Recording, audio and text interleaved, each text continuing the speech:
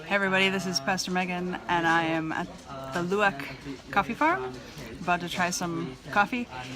Thinking about the parable that Jesus talks about, that being mean is worse than not following really specific cleansing rituals that tell you you're supposed to be clean. And in this story, Jesus tells us parable about things going inside of you and coming out in your toilet are dirtier than what could be violated from any faithful rules. And so here I am about to try a whole bunch of Indonesian coffee, particularly this one. I'm going to stir it with the cinnamon stick, and then I'm going to tell you why.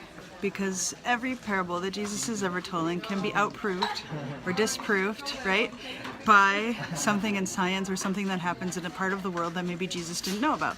And it could be that the world is big and metaphors are for one specific place, or it could be that God always finds a way to reach us even when parables fail and even when these ideas fail. I'm gonna drink this coffee before I tell you what it is, or you'll be grossed out.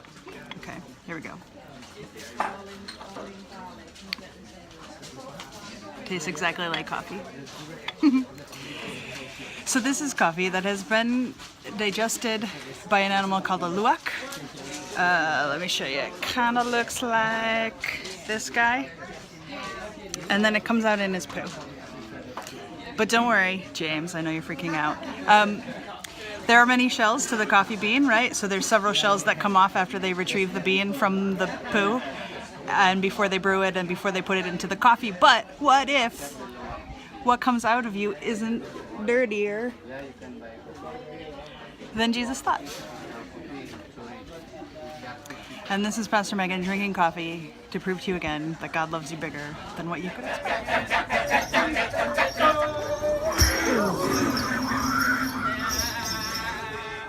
Okay, so you probably thought that that was just a gross story, right? Pastor Megan, why'd you have to tell us the story of the coffee? Well, this story of the coffee is also an ancient story about liberation in the same style as Gandhi in India. So when the Dutch colonizers were here, they used to make the local people make the coffee, but they were not allowed to drink it themselves.